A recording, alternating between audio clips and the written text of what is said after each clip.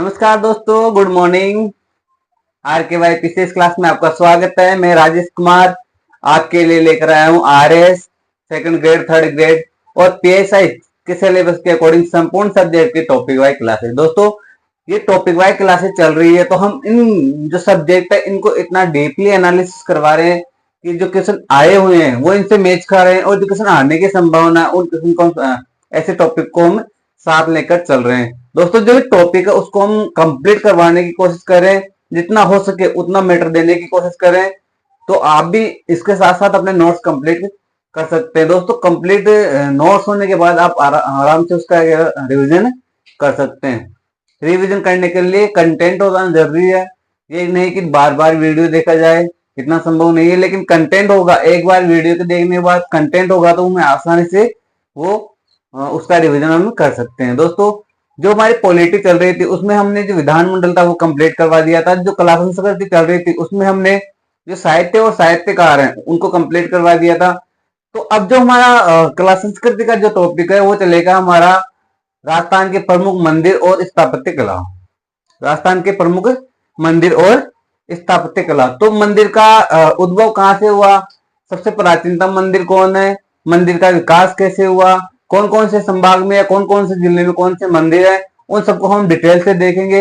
और जो क्वेश्चन आए हुए हैं उनको भी साथ लेके हुए चलेंगे और क्वेश्चन आने की संभावना है उनको भी हम साथ देखते हुए चलेंगे। क्वेश्चन दोस्तों, ये नहीं है कि बोर्ड के माध्यम से पढ़ा रहा हूं तो कंटेंट कम दिया जा रहा है। नहीं, बोर्ड के माध्यम से पढ़ाने का कारण ये है कि आपको ज्यादा से ज्यादा कंटेंट लिखवाया जाए और आप भी अपने जो नोट्स है वो कंप्लीट करते रहो। दोस्तों, आर के आई पीसीएस क्लासेस को सब्सक्राइब करो, अपने दोस्तों के पास शेयर करो ताकि उससे ज्यादा स्टूडेंट अपने साथ जुड़ सके। तो जो आज का हमारा टॉपिक है दोस्तों, विश्वास करना, आपको जो भी टॉपिक होगा उसका मैं ज्यादा से ज्यादा देने की कोशिश करूंगा। आरएस का लेवल लेकर तो हम चल ही रहे हैं, आरएस का लेवल लेकर तो हम चल रहे हैं, तो वनडे का एग्जाम आसानी से हो जाएगा।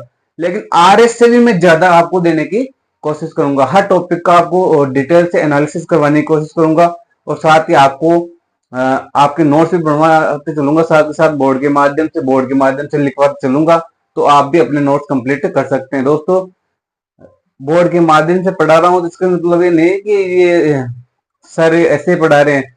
पढ़ाने को तो पीडीएफ से भी बिल्कुल सीधा पढ़ा सकता हूँ, एक दिन में एक टॉपिक में कर सकता हूँ पीडीएफ के माध्यम से। लेकिन बोर्ड के माध्यम से सिर्फ कुछ ही टॉपिक, 1/4 टॉपिक हो पाता है लिखने के बाद, तो उससे आपको फायदा है। मैं बोर्ड के माध्यम से लिख रहा हूँ तो एक जो टॉपिक एक दिन में पूरा होता है वो टॉपिक 4 दिन में पूरा हो रहा है, तो इसका मतलब आप अंदाजा लगा सकते हो कि कितना कंटेंट मैं आपको दे रहा हूँ। तो आप ये मत समझो कि वो सर पीडीएफ के माध्यम से, आजकल तो पीडीएफ के माध्यम से पढ़ाते हैं, तो वैसा नहीं है। आप अपने नोट्स बनाते रहो साथ के साथ, उतना कंटेंट आपको कहीं नहीं मिलेगा, इतना कंटेंट आपको कहीं नहीं मिलेगा। तो आप अपने नोट्स पे कंप्लीट कर सकते हो। अगर आपको विश्वास नहीं होता तो जो क्वेश्चन आए हुए हैं, प्रीवियस ईयर के जो क्वेश्चन है उनको मैच करके आप देख सकते हो। जो मैं पढ़ा रहा हूँ तो आप उनको मैच करके देख सकते हो कि कौन सा क्वेश्चन किस जगह से निकला था और कौन सा क्वेश्चन आने की संभावना है। तो आपको टेंशन करने की जरूरत नहीं है, जो भी होगा कंटेंट में वो मैं आपको कंप्लीट देने की कोशिश करूंगा। तो अपना जो टॉपिक चल रहा है राजस्थान कला संस्कृति, वो चल रहा है राजस्थान के मंदिर और स्थापत्य कला, राजस्थान के प्रमुख मंदिर और स्थापत्य कला। तो दोस्तों, राजस्थान के प्रमुख मंदिर में सर्वप्रथम कौन सा मंदिर हुआ, सर्वप्रथम मंदिर का निर्माण कहाँ हुआ और सर्वप्रथम मंदिर का जो निर्माण के विकास की जो शैली है वो कौन सी शैली थी, तो इन सबको हम डिटेल से एनालिसिस करेंगे। डिटेल से एनालिसिस करते हुए इनको पढ़ते हुए चलेंगे, इनके बारे में जानने की कोशिश करेंगे और जो डिस्ट्रिक्ट वाइज जो मंदिर है उनको हम देखेंगे। डिस्ट्रिक्ट वाइज से पढ़ने का मतलब यही है कि एक भी डिस्ट्रिक्ट में अगर कोई सा मंदिर हो तो वो छूटे नहीं। पढ़ाने को तो मैं टोटल करके पढ़ा सकता हूँ, भाई ये मंदिर है ये मंदिर है, लेकिन मैं आपको जिले वाइज मंदिर पढ़ाऊंगा। जिले वाइज मंदिर में कौन से जिले में कौन सा मंदिर है वो आपको सामने बोर्ड के माध्यम से लिखवाता भी जाऊंगा और आपको उसका डाउट क्लियर होता चला जाएगा। दोस्तों, जो जिले नए बने अभी फिलहाल जो क्वेश्चन पूछे जा रहे हैं वो इतने नहीं है कि वो जिले में से पूछे गए हैं, लेकिन जैसे जैसे अगर अपडेट होगा तो मैं आपको बताता चलूंगा। तो हम जो जिले देख रहे हैं वो देख रहे हैं हम जो पुराने जिले हैं उसके हिसाब से। अगर आपको जो मैप का नॉलेज है, राजस्थान मैप का नॉलेज है, तो आप आसानी से उनको डाइवर्ट कर सकते हो। जैसे बर्तमूर में से जिला निकला डी, तो कौन सा मंदिर डींग में, जलमैनों की नगरी डींग में, तो वो डींग बर्थ सेक्टर को कहाँ चला जाएगा, डींग में चला जाएगा। इस प्रकार जो जिले निकले, अगर आपको जिले का नॉलेज है तो आप आसानी से उनको डिवाइड कर सकते हो। तो आज जो हमारा टॉपिक होगा वो तो होगा राजस्थान के प्रमुख मंदिर और स्थापत्य कला। राजस्थान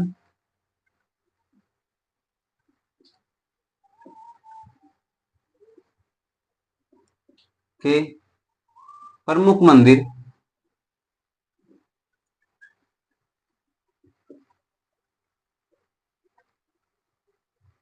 और स्थापत्य कला। स्थापत्य, तो ये अपना क्या आज का टॉपिक होगा।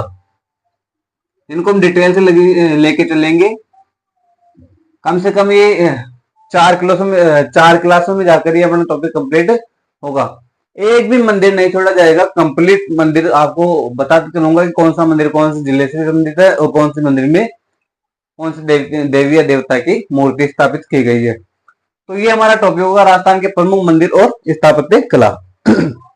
अब जैसे हम स्टार्ट करते हैं राजस्थान के प्रमुख मंदिर, राजस्थान के प्रमुख मंदिर का हम टॉपिक स्टार्ट करते हैं। तो सबसे पहले हम देखते हैं कि जो राजस्थान का सर्वप्रथम स्थापत्य का उल्लेख है वो कहां मिलता है। राजस्थान में सर्वप्रथम मंदिर का स्थापत्य का उल्लेख वो कहां मिलता है, या फिर राजस्थान का नहीं लेकर देखा कि भारत लेवल पर, या फिर सर्वप्रथम जो मंदिर का स्थापत्य का उल्लेख है वो कहां मिलता है, तो वो कहां मिलता है, सतपथ ब्राह्मण में मिलता है। कहां मिलता है, सतपथ ब्राह्मण है जो वेद का भाग है उसमें उसका उल्लेख मिलता है, किसका, मंदिर का उल्लेख मिलता है। अब जब मंदिर निर्माण का कार्य सर्वप्रथम कहां प्रारंभ हुआ, तो मंदिर का निर्माण का कार्य सर्वप्रथम कौन से राजवंश में प्रारंभ हुआ, तो मंदिर निर्माण का कार्य सर्वप्रथम मौर्य काल में प्रारंभ हुआ। कौन से काल में, मौर्य काल में प्रारंभ हुआ। उसके बाद देखते हैं कि जो सर्वप्रथम मंदिर का सबसे ज्यादा मंदिर का निर्माण का विकास किसके काल में हुआ, किस वंश के काल में हुआ, यानी सबसे ज्यादा मंदिरों का निर्माण किस वंश के काल में हुआ, तो वो हुआ गुप्त काल में। किस काल में हुआ, गुप्त काल में। यानी प्रारंभ तो हुआ मौर्य काल में, लेकिन सर्वाधिक विकास सर्वाधिक निर्माण मंदिरों का निर्माण किस काल में हुआ, तो हुआ गुप्त काल में। तो इस प्रकार देखेंगे हम जो मंदिर का डिटेल है उसके बारे में साथ के साथ। तो अब देते हैं, साथ के साथ मैं लिखवा भी देता हूं आपको कि सर्वप्रथम मंदिर स्थापत्य का उल्लेख कहां मिलता है, तो सतपथ ब्राह्मण में मिलता है। सर्वप्रथम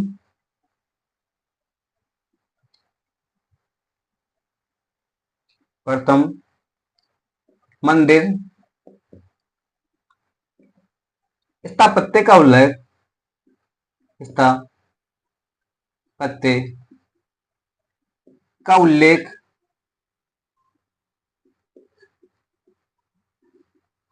कहां मिलता है, सतपथ ब्राह्मण में मिलता है।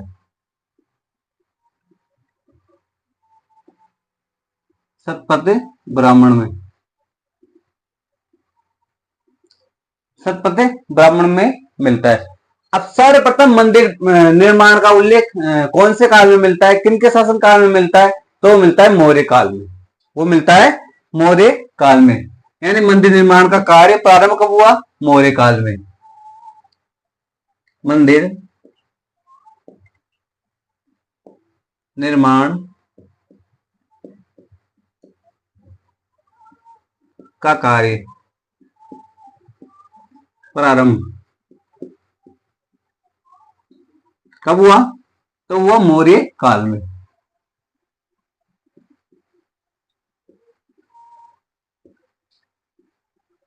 मौर्य काल में, मौर्य काल पता है ना आपको कौन सा मौर्य काल है, चंद्रगुप्त मौर्य का जो शासन रहा, चंद्रगुप्त मौर्य से लेकर जो मौर्य वंश का शासन रहा उसे कहते हैं मौर्य काल। अब सर्वाधिक मंदिर का निर्माण सर्वाधिक जो मंदिर का निर्माण हुआ वो किसके काल में हुआ, सर्वाधिक मंदिर का निर्माण किस शासक काल में हुआ, किस वंश के काल में हुआ, तो हुआ गुप्त काल में। कौन से काल में हुआ, गुप्त काल में हुआ। यानी लिख सकते हैं कि मंदिर निर्माण की चरम विकास, मंदिर निर्माण का चरम विकास किस काल में था, तो गुप्त काल में। मंदिर निर्माण का चरम विकास, चरम का मतलब है सबसे ऊपर, सबसे ज्यादा विकास किसके काल में, तो गुप्त काल में। गुप्त काल में हुआ। किस काल में हुआ? गुप्त काल में हुआ। अब देखते हैं कि गुप्त काल में सबसे ज्यादा विकास हुआ तो सबसे ज्यादा मंदिर भी गुप्त काल में बने होंगे। ये तो हमें पता है कि सबसे ज्यादा विकास अगर गुप्त काल में हुआ है तो सबसे ज्यादा मंदिर भी गुप्त काल में ही बने होंगे। तो अब गुप्त काल में कौन कौन से मंदिर बने और कौन सी शैली प्रचलित थी, ये हम देखते हैं गुप्त काल के बारे में। गुप्त काल के बारे में देखते हैं कौन कौन से मंदिर बने और कौन कौन सी शैली प्रचलित थी। तो गुप्त काल में प्रसिद्ध मंदिर, सर्वश्रेष्ठ मंदिर कौन सा बना? तो वो बना सबसे ज्यादा जो प्रसिद्ध मंदिर था गुप्त काल का, वो था दशावतार का मंदिर। कौन सा मंदिर? दशावतार का मंदिर, जो कहाँ स्थित है? देवगढ़ झांसी में स्थित है। तो गुप्त काल में सर्वप्रथम जो मंदिर बना वो कौन सा बना? सर्वप्रथम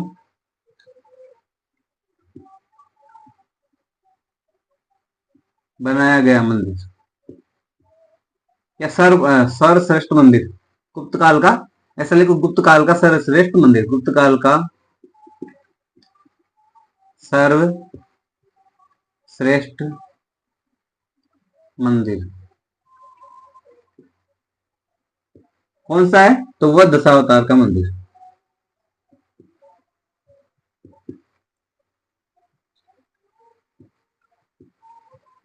कहा है वो?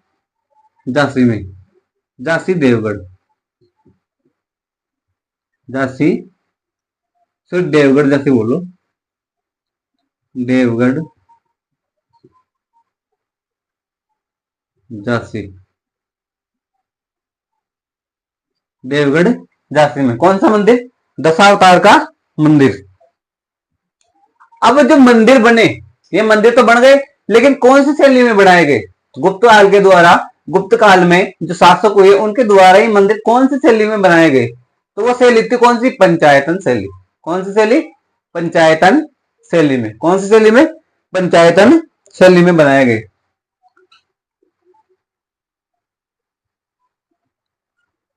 पंचायतन शैली में गुप्त काल के द्वारा पंचायतन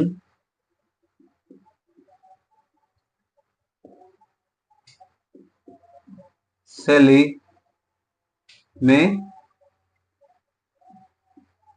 मंदिर बनवाए गए। कौन शैली में? पंचायतन शैली में मंदिर बनवाए गए। किनके काल में? गुप्त काल के काल में। जो गुप्त वंश हुआ उनके काल में जो मंदिरों के निर्माण में शैली प्रयोग की गई कौन सी थी? वो पंचायतन शैली। अब जो भारत में जो मंदिर निर्माण हुए वो कौन कौन सी शैलियों में हुए? कौन कौन सी शैलियों में हुए? तो वो देखेंगे हम। भारत में मंदिर निर्माण कौन कौन सी शैलियों में हुए? तो सबसे पहले भारत का मैप बनाता हूं ना, सबसे पहले भारत का मैप बनाता हूं मैं।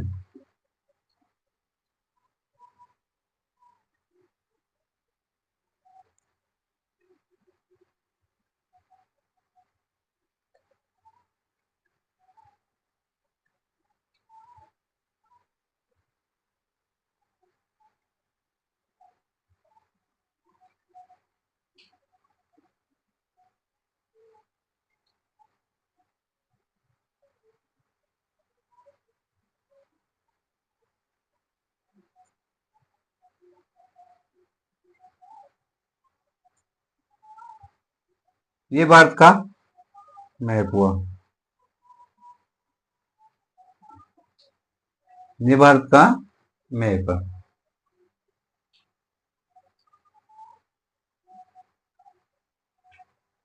ये भारत का मैप मानो। तो ये भारत का मैप है, इसमें देखते हैं कि जो उत्तर है, आपको पता है उत्तर और दक्षिण कैसे होती है? तो ये उत्तर है, ये तो उत्तर है, ये पूर्व है, ये पश्चिम है और ये दक्षिण है। तो जो उत्तर हुई ये कौन सी हो गई? ये तो हो गई उत्तर, ये हो गई दक्षिण, उत्तर, ये दक्षिण, और ये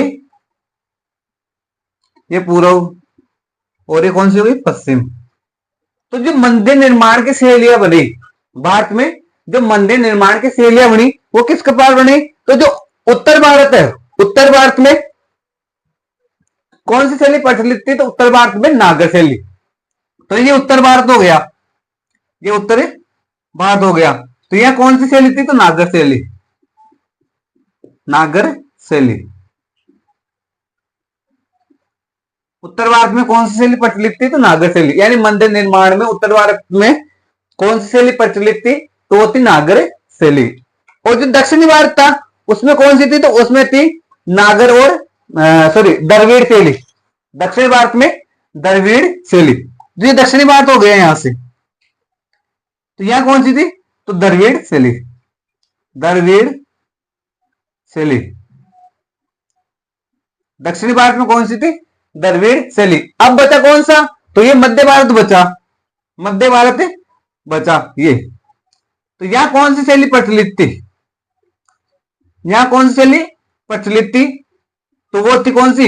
इन दोनों का मिश्रण था। कौन सा? नागर और द्रविड़ शैली। यानी दोनों शैलियां प्रचलित थी। कहां? उत्तर भारत में। यानी नागर प्लस द्रविड़ शैली मध्य भारत में। तो ये शैलियां प्रचलित थी कहां? मंदिर निर्माण। उत्तर में कौन सी? तो उत्तर में नागर शैली। दक्षिण में कौन सी? तो दक्षिण में द्रविड़ शैली। और जो मध्य में कौन सी? तो नागर और द्रविड़ दोनों शैलियां ये जिसे कहते हैं, जिसे कहते हैं बेसर शैली, जिसे कहते हैं बेसर शैली, बेसर शैली। तो इन शैलियों के हिसाब से मंदिर का निर्माण करवाया जाता था, मंदिर का निर्माण करवाया जाता था। जैसे उत्तर भारत में क्या होता है? वो होता है ना ऊपर गुम्बदार मंदिर होते हैं। और जो दक्षिणी भारत होता है उसमें क्या होता है? उसमें गोपुरम होता है, यानी एक विशाल बड़ा गेट होता है सामने से, उसमें से वो मंदिर सामने वो मंदिर दिखाई देता है, तो उसे कहते हैं गोपुरम। और जो यहाँ होता है वो गुम्बद होता है उत्तर भारत में। तो अब जो मध्य भारत है उसमें इन दोनों का क्या होता है? मिश्रण रूप होता है, उसे कहते हैं बेसर शैली। तो भारत में जो मंदिर निर्माण हुए वो तीन शैलियों में हुए। एक तो उत्तर नागर शैली, एक बेसर शैली और एक द्रविड़ शैली। तो ये दो तीन शैलियों में क्या हुआ? मंदिर का निर्माण हुआ। अब जो नागर शैली का प्रारंभ किसके काल में हुआ? तो नागर शैली का प्रारंभ हुआ राजपूतों के काल में। किसके काल में? राजपूतों के काल में। नागर शैली कहां हुआ? राजपूतों के काल में। राजपूत, राजपूतों के काल में। जबकि जो मध्य भारत में हुआ वो जो साम्राज्य थे विजयनगर और सेल और पाल, ये वंश थे विजयनगर साम्राज्य के, तो उनके काल में जो मध्य जो बेसर शैली है उसका उद्गम हुआ। और जो दक्षिण शैली द्रविड़ शैली है उसका उद्गम कब हुआ? किनके काल में हुआ? तो वह जो चोल वंश था और जो पांडे वंश थे, जो चोल और चेर और पांडे वंश थे, इनके काल में द्रविड़ शैली का प्रारंभ हुआ। तो इस प्रकार जो भारत में तीन शैलियां हुई मंदिर निर्माण की। कौन सी? उत्तर शैली जिसे कहते हैं नागर शैली, दक्षिण शैली जिसे कहते हैं द्रविड़ शैली, और मध्य भारत की शैली उसे कहते हैं द्रविड़ और नागर का जो मिश्रित रूप है उसे कहते हैं बेसर शैली। तो जो उत्तर भारत में उत्तर शैली नागर शैली है उसका प्रारंभ हुआ राजपूतों के काल में। जो शासक हुए राजपूत उनके काल में उसका प्रारंभ हुआ। और जो दक्षिण शैली है द्रविड़ शैली उसका प्रारंभ हुआ जो वंश हुए चेल चेर पांडे उनके वंश में काल में उनका इस शैली का प्रारंभ हुआ। जो मध्य भारत है उसके उसका प्रारंभ जो बेसर शैली है उसका प्रारंभ हुआ विजयनगर साम्राज्य के समय, विजयनगर साम्राज्य के समय, जिसमें जो होसेल पाल ये वंश हुए इनके द्वारा इस शैली का प्रारंभ हुआ। तो ये जो भारत है इसमें तीन शैलियां थी। ये भारत इसमें तीन शैलियां थी मंदिर निर्माण की। कौन कौन सी? नागर शैली, द्रविड़ शैली और बेसर शैली। बेसर शैली बीच में मध्य भारत में जो शैली थी वो कौन सी थी? बेसर शैली। उत्तर भारत में नागर शैली और दक्षिण भारत में द्रविड़ शैली। अब देखते हैं कि जो नागर शैली का जो भाग है, जो नागर शैली का भाग है, ये नागर शैली, तो इनका भाग कौन कौन सा है? तो नागर शैली में ओडिशा मध्य प्रदेश और गुजरात का जो भाग है वो इसमें आता है। कौन सी में? नागर शैली में। यानी ओडिशा शैली, खजुराहो शैली और सोलंकी शैली, ये कौन सी शैली का भाग है? ये उत्तर नागर शैली का। कौन कौन सी? ओडिशा शैली, ओडिशा शैली प्लस खजुराहो शैली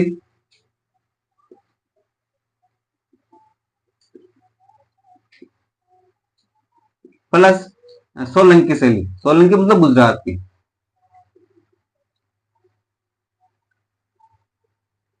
सोलंकी शैली ये किसके भाग है? ये नागर शैली के भाग है।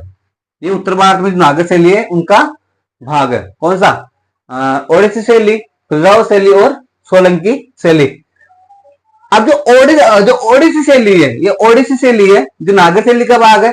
इस ओडिसी शैली में जो मंदिर निर्माण है कौन कौन से, तो ये हम नेक्स्ट पेज पे देखते हैं। तो ये हमने देखा भारत में जो मंदिर निर्माण की शैलियां थी वो कौन कौन सी थी, ये हमने देखा। तो 3 शैलियां थी, कौन कौन सी? नागर, बेसर और द्रविड़। नागर, बेसर और द्रविड़। तो नागर शैली का उद्भव हुआ राजपूतों के शासनकाल में, राजपूतों के शासनकाल में। जबकि जो द्रविड़ शैली है उनका उद्गम हुआ जो वंश हुए दक्षिणी भारत के चोल, चेर, पांड्या वंश, उनके काल में इस शैली का उद्गम हुआ। अब जो बेसर शैली है वो हुई जो विजयनगर साम्राज्य हुआ उस समय जो शासक हुए वहां के विजयपाल, होसेल और पाल वंश के शासक, तो उनके द्वारा ये बेसर शैली का उद्गम किया गया। अब जो नागर शैली है तो उसके अंदर कौन कौन सी शैली समावित है? तो ओडिसी शैली, खजुराहो शैली और सोलंकी शैली। अब देखते हैं जो ओडिशा शैली है, नागर शैली के अंतर्गत जो ओडिशा शैली है उसमें कौन कौन से मंदिर बने वो देखते हैं हम। तो इस प्रकार भारत में कितनी शैली है? 3 शैलियां। कितनी शैलियां प्रचलित थी भारत में? 3 शैलियां। मंदिर निर्माण की 3 शैलियां भारत में प्रचलित थी। इसी शैलियों के आधार पर मंदिरों का निर्माण शासकों के द्वारा करवाया जाता था। दोस्तों हम लेकर चल रहे आरएस के अकॉर्डिंग, और जो आरएस लेवल से जो नीचे सब कंप्लीट जो वैकेंसी है उनमें वन डे एग्जाम में तो आएगा ही, लेकिन जो आरएस का लेवल है उससे कहीं अधिक हम ज्यादा लेकर चल रहे हैं टॉपिक को, इतनी गहराई से पढ़ रहे हैं ताकि जो क्वेश्चन आए तो वो इनसे बाहर नहीं जा पाए। तो जो ओडिशा शैली है उसमें कौन कौन से मंदिर बने? तो ओडिशा शैली में सर्वप्रथम बना कौन सा? भुवनेश्वर मंदिर। कौन सा? भुवनेश्वर मंदिर। दूसरा कौन सा बना? पुरी मंदिर। तीसरा कौन सा बना? कोणार्क मंदिर। अब भुवनेश्वर मंदिर बना तो किसका मंदिर था वो? भुवनेश्वर मंदिर में कोई देवता होंगे ना, कौन से, क्या नाम था उनका? तो वो थे लिंगराज मंदिर। भुवनेश्वर मंदिर में लिंगराज मंदिर। भुवनेश्वर में कौन सा था? लिंगराज मंदिर। यानी ओडिशा शैली में सर्वप्रथम मंदिर कहां बने? भुवनेश्वर में, पुरी में और कोणार्क में। तो जो भुवनेश्वर में बने उनमें कौन सा मंदिर था? तो वो था लिंगराज मंदिर। कौन सा था? लिंगराज मंदिर। पुरी में कौन सा था? पुरी में जगन्नाथ मंदिर। पुरी में जगन्नाथ मंदिर। और कोणार्क में आपको पता ही है कौन सा मंदिर था? तो वो था सूर्य मंदिर। सूर्य मंदिर। ये सब क्या थे? ये सब ओडिशा से लेके मंदिर थे। ओडिशा से लेके मंदिर, ओडिशा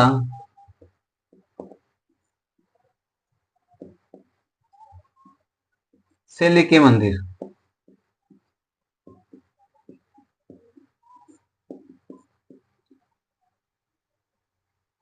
कौन कौन से? पहला हुआ भुवनेश्वर मंदिर।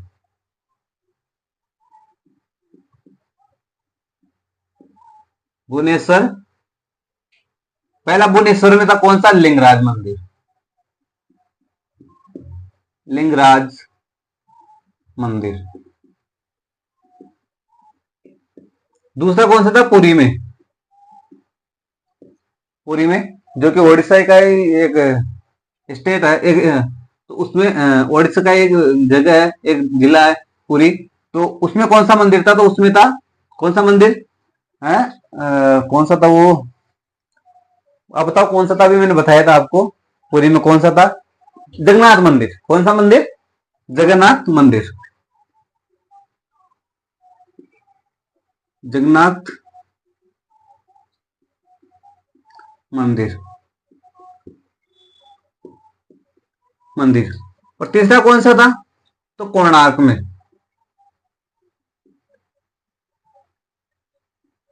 कौन सा था? तो सूर्य मंदिर।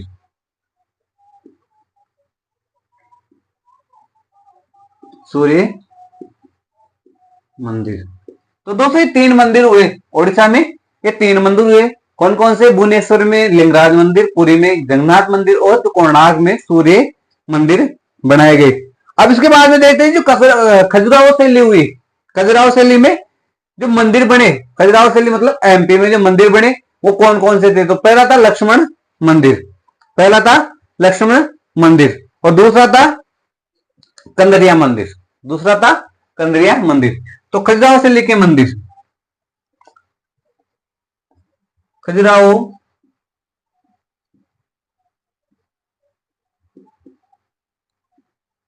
शैली के मंदिर। कौन कौन से हुए खजुराहो शैली के मंदिर? सबसे पहले कौन सा था? लक्ष्मण मंदिर। लक्ष्मण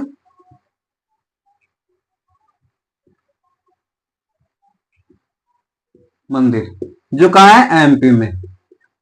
दूसरा कौन सा था? दूसरा था कंदरिया महादेव मंदिर।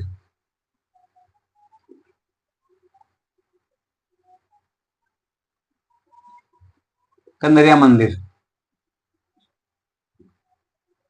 ये भी कहा था? एमपी में। दोस्तों ये जो खजुराहो शैली हुई इसके दो मंदिर हुए। कौन कौन से? लक्ष्मण मंदिर और कंदरिया मंदिर, जो कहाँ स्थित है? एमपी में, यानी मध्य प्रदेश में। अब इसके बाद में देखते हैं सोलंकी शैली हुई गुजरात में। जो सोलंकी शैली हुई उसमें कौन सा मंदिर बनाया गया? कौन सा मंदिर बनाया गया? सोलंकी शैली का मंदिर।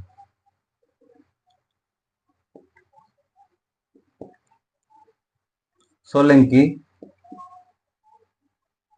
शैली के का मंदिर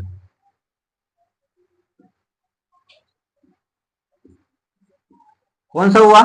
तो गुजरात का जो मोढेरा है, मोढेरा जगह है गुजरात की, वहां हुआ सूर्य मंदिर। मोढेरा गुजरात में सूर्य मंदिर।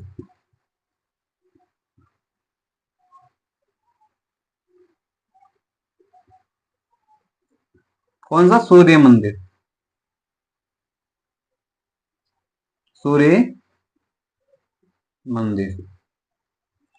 सूर्य मंदिर वो कहा हुआ? सोलंकी शैली का मंदिर गुजरात में हुआ। तो ये थे क्या? ये तीन जो नागर शैलियों के बाद थे, कौन सी? ओडिशा शैली, खजुराहो शैली और सोलंकी शैली। तो इन शैलियों के प्रमुख मंदिर थे, जिसमें ओडिशा शैली का देखा हमने तो भुवनेश्वर में जो लिंगराज मंदिर है वो कौन सा? ओडिशा शैली में बना हुआ है। उसके बाद में पुरी में देखा जगन्नाथ मंदिर, और जो कोणार्क में देखा हमने वो देखा सूर्य मंदिर। उसके बाद में खजुराहो में देखा तो खजुराहो शैली एमपी में जो मध्य प्रदेश है उसमें दो मंदिर बनाए गए। कौन कौन से?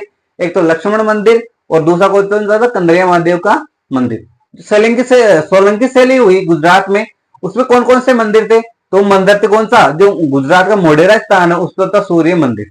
तो ये तीन शैलियों के तीन मंदिर सर्वप्रथम बनाए गए। अब इसके बाद में देखते हैं जो नागर शैली है और जो द्रविड़ शैली है उसमें क्या अंतर है। नागर शैली और जो द्रविड़ शैली है उसमें अंतर देखते हैं। कई बार क्वेश्चन पूछ लिया जाता है नागर शैली का और द्रविड़ शैली का। तो नागर शैली से संबंधित इस प्रकार क्वेश्चन देकर पूछ लिया जाता है।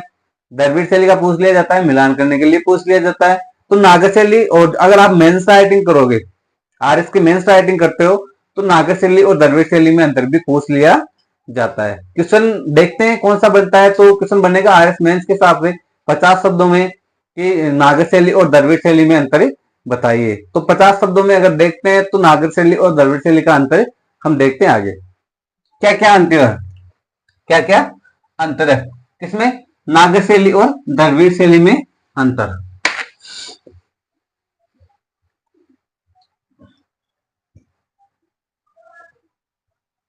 नागर शैली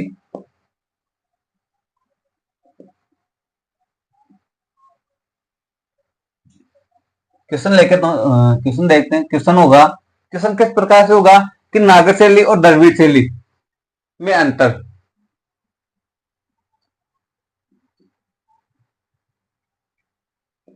नागर शैली और द्रविड़ शैली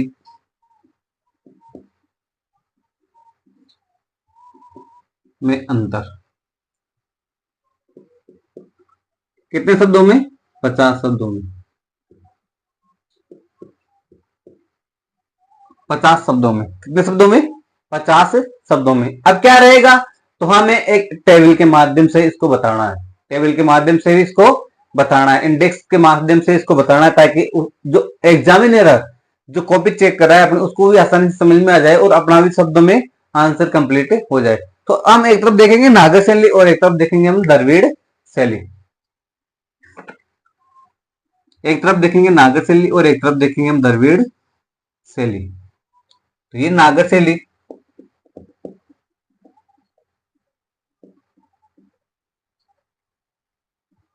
और ये द्रविड़ शैली।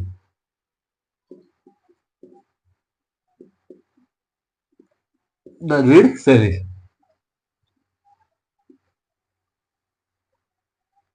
नागर शैली और द्रविड़ शैली।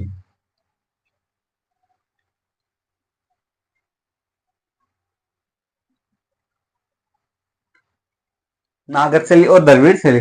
तो सबसे पहला अंतर कौन सा है? नागर शैली देखी हमने, नागर शैली उत्तर भारत में और द्रविड़ शैली दक्षिण भारत में। तो नागर शैली में और द्रविड़ शैली में सबसे जो अंतर है, सबसे पहला अंतर कौन सा है? तो जो नागर शैली होती है उसका आकार कैसा होता है? वर्गाकार। कैसा आकार होता है? वर्गाकार। जबकि जो द्रविड़ शैली है उसका आकार कैसा होता है? आयताकार। यानी जो नागर शैली है इसका आकार कैसा होगा? आकार वर्गाकार।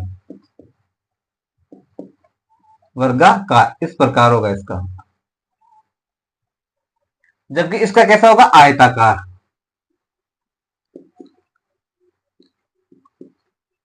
आकार कैसा होगा इसका? आयताकार।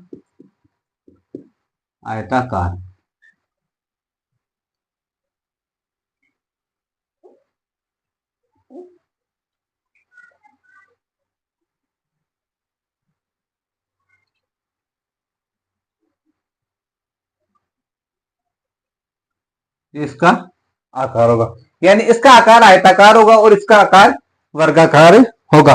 किस शैली का? नागर शैली का जो आकार होता है वो कैसा होता है? वर्गाकार, बिल्कुल वर्गाकार। जबकि जो द्रविड़ शैली इसका आकार कैसा होता है?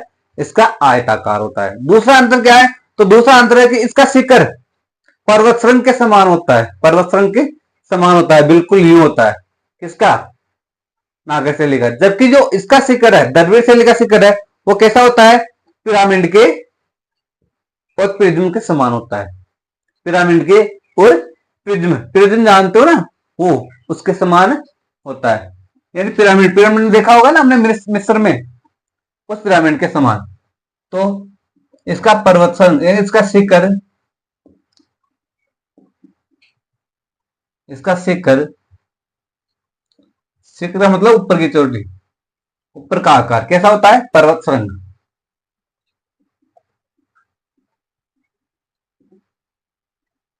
पर्वत श्रृंग होता है। किसका? नागर शैली का जो शिखर का आकार है वो कैसा होता है? पर्वत श्रृंग के समान होता है। यानी इसका जो ऊपर का हिस्सा होता है उस पर क्या होता है? उस पर एक कलश रखा हुआ होता है, उस पर आमलक और कलश होता है, उस पर आमलक और कलश रखा हुआ होता है, पर्वत श्रृंग के समान। क्या रखा हुआ होता है? तो इस पर आमलक और कलश, कलश जानते हो ना, कलश, कलश रखा हुआ होता है। किस पर? इसके ऊपर ही ऊपर हिस्से पर। जबकि जो द्रविड़ शैली है, जो द्रविड़ शैली है उसमें जो उसका शिखर होता है, उसका शिखर होता है वो कैसा होता है? तो वो होता है किसके समान? पिरामिड के समान। पिरामिड देखा होगा ना, पिरामिड कैसे बना हुआ होता है? ये होता है पिरामिड, ऐसा होता है ना पिरामिड, इस प्रकार। तो ये पिरामिड होता है, तो पिरामिड के समान होता है। किसका आकार? द्रविड़ शैली में जो मंदिर बनाए जाते हैं वो किस प्रकार उनका शिखर होता है? तो पिरामिड के समान या प्रिज्म के समान। यानी इसका विमानक, विमानक का मतलब होता है शिखर। कैसा होता है? पिरामिड के समान, पिरामिड और प्रिज्म के समान,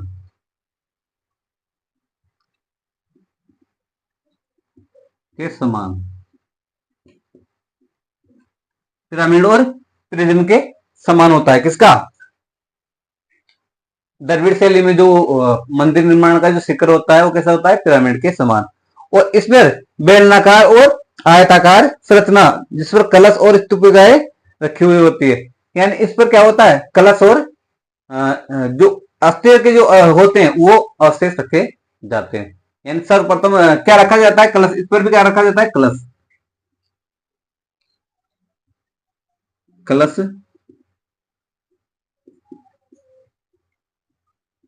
स्तूपिकाएं रखी जाती है। कलश और स्तूपिकाएं रखे जाते हैं किस पर? इनके शिखर पर। अब जो नेक्स्ट अंतर कौन सा है? तो इसके गर्भगृह के समान मंडप और अर्ध मंडप होता है। यानी गर्भगृह जो मंदिर का गर्भगृह होता है, जहां पर भगवान की मूर्ति होती है, उसका जो आकार होता है वो कैसा होता है? मंडप के समान, यानी गोल होता है। उसका आकार कैसा होता है? मंडप के समान। गर्भगृह का आकार, जैसे गर्भगृह में क्या रखा हुआ होता है? तो गर्भगृह में क्या रखा हुआ होता है? मंडप और अर्धमंडप होता है। गर्भगृह में इसका गर्भगृह कैसा होता है? मंडप और अर्धमंडप के समान। गर्भगृह, इसका गर्भगृह कैसा होता है? मंडप और अर्धमंडप के समान।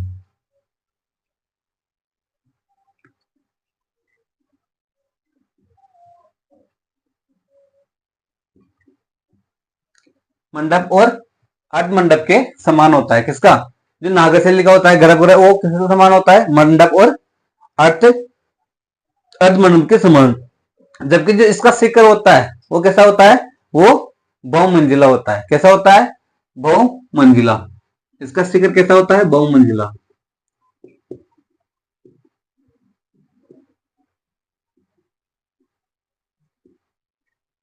बहुमंजिला यानी बहुत ज्यादा उसमें क्या बनी हुई होती है? मंजिलें, बिल्डिंग, एक के ऊपर एक। बोल रहे हैं मंजिल, एक मंजिल, दो मंजिल, तीन मंजिल। तो जो मंदिर है द्रविड़ शैली का, उसमें अनेक मंजिलें होती है। मंदिर निर्माण में बहुमंजिला मंदिर निर्माण करवाया जाता है। किसमें? द्रविड़ शैली में। और क्या है? तो इसके द्वार, इसके जो नागर शैली का जो द्वार होता है मंदिर को निर्माण का, जो मंदिरों का द्वार होता है, तो द्वार के रूप में तोरण द्वार बनाया जाता है। द्वार के रूप में इसमें क्या बनाया जाता है? तोरण द्वार बनाया जाता है। मंदिर का जो गेट होता है, मेन गेट होता है, जो मेन गेट होता है दरवाजा, तो वो किसके रूप में बनाया जाता है? तोरण द्वार के रूप में बनाया जाता है। यानी इसमें प्रवेश द्वार,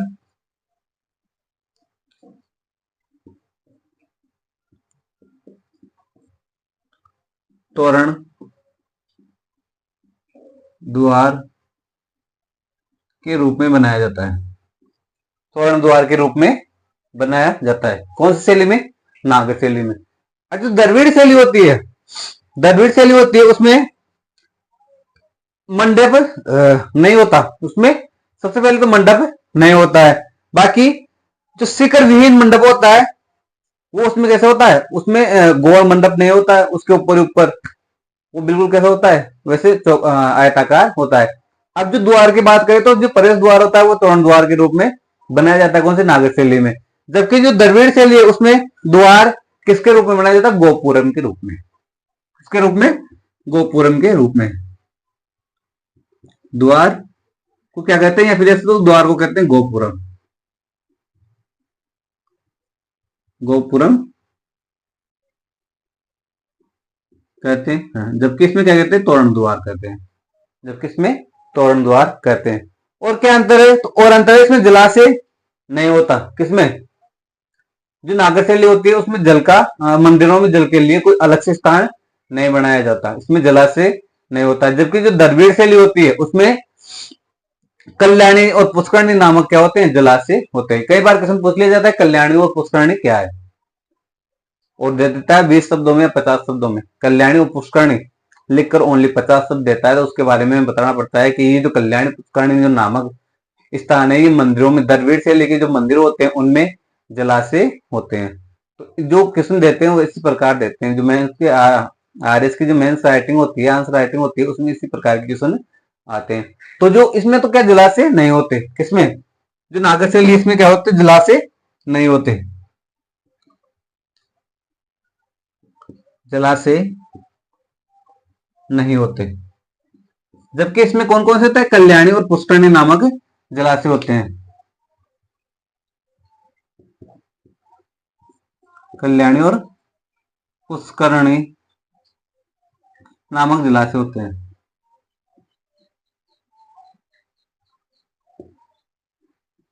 जलाशय होते कौन कौन से? कल्याणी और पुष्करणी नामक जलाशय होते हैं।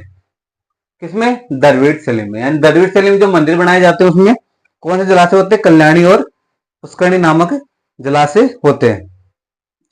जो नागर शैली के मंदिर होते हैं उसमें अलग से द्वीप स्तंभ या ध्वज स्तंभ का नहीं होता है।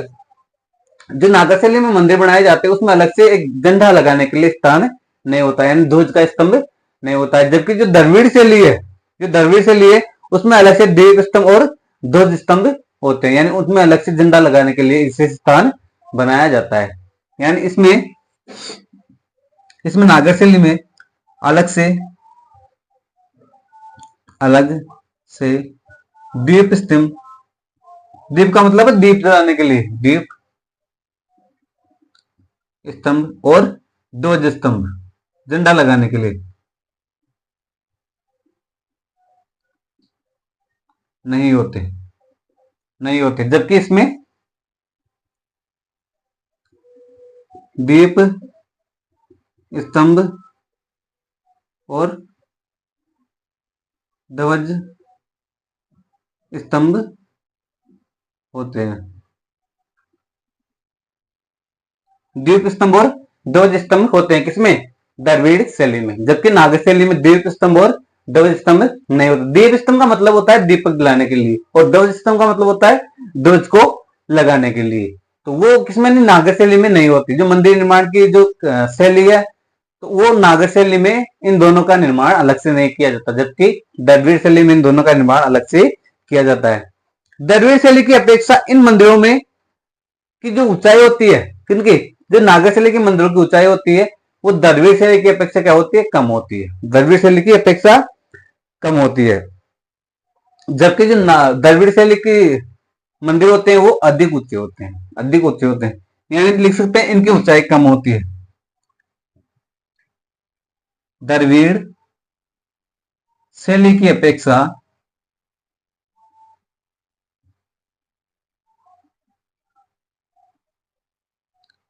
नागर शैली के मंदिर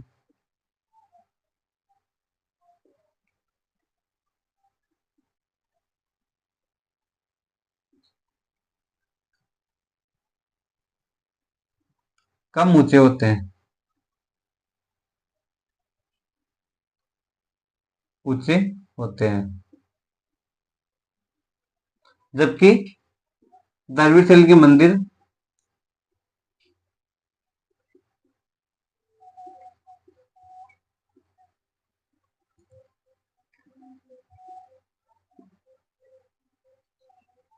नागर शैली की अपेक्षा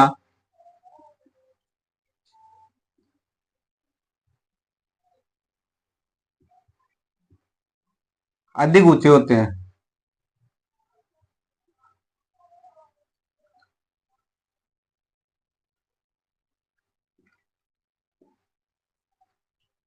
अधिक ऊंचे होते हैं। तो ये हाँ, नागर और द्रविड़ शैली का जो अंतर हमने देखा, तो वो अंतर देखा हमने इस प्रकार से कि जो नागर शैली और द्रविड़ शैली है उसके बारे में क्वेश्चन पूछे जाते हैं 50 शब्द में।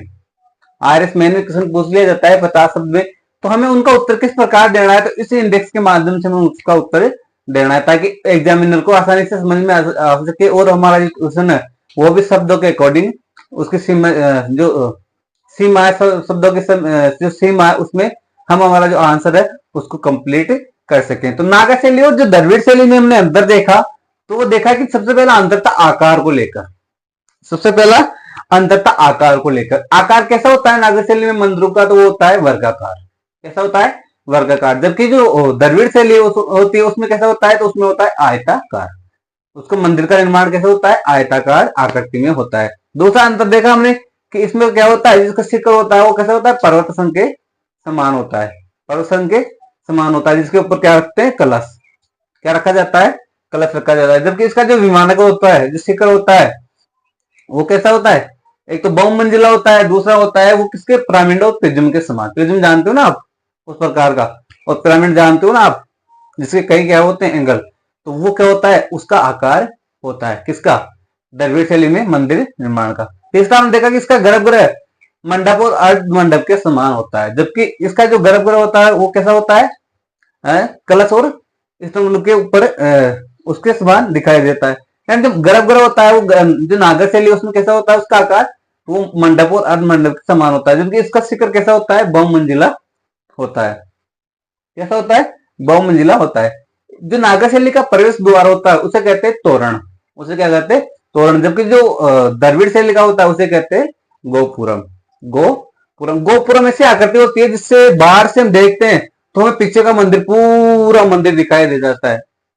जिससे हम उस गेट को पार करते हैं तो फिर वो मंदिर में बहुत बड़ा दिखाई देता है, जबकि वो बाहर से देखने पर उस छोटे से गेट में, ज्यादा बड़ा गेट नहीं होता है, गेट मंदिर के हिसाब से छोटा ही होता है, लेकिन उस गेट में से वो पूरा मंदिर में दिखाई देता है और बिल्कुल सिद्ध में दिखाई देता है। ये दक्षिणी मंदिर की विशेषता है। कई मंदिर देख लेना आप, यूट्यूब पे खोज के देख लेना, जो गोपुरम होगा उससे पूरा मंदिर दिखाई देगा।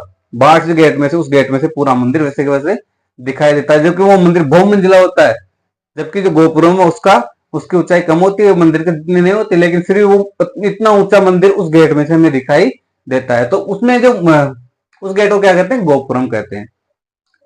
इसमें जलाशय नहीं होते हैं, जल के लिए इसमें कोई विशेष व्यवस्था नहीं होती, किसमें, मंदिर में, नागरशैली में मंदिर में। जबकि जो द्रविड़ शैली है, इसके जो मंदिर निर्माण किया जाता है तो उसमें जो जलाशय है उनका भी निर्माण किया जाता है। उन जलाशय को क्या कहते हैं, तो कल्याणी और पुष्करणी उनको कहते हैं। इनमें अलग से दीप स्तंभ, अलग से दीपक जलाने के लिए और अलग से ध्वजा लगाने के लिए, यानी झंडा लगाने के लिए कोई जगह नहीं होती, किसी नागर शैली में ऐसे कोई जगह नहीं बनाई जाती। जबकि द्रविड़ शैली में अलग से दीप लगाने के लिए, दीप जलाने के लिए और ध्वज लगाने के लिए जगह, स्तंभ बनाए जाते हैं।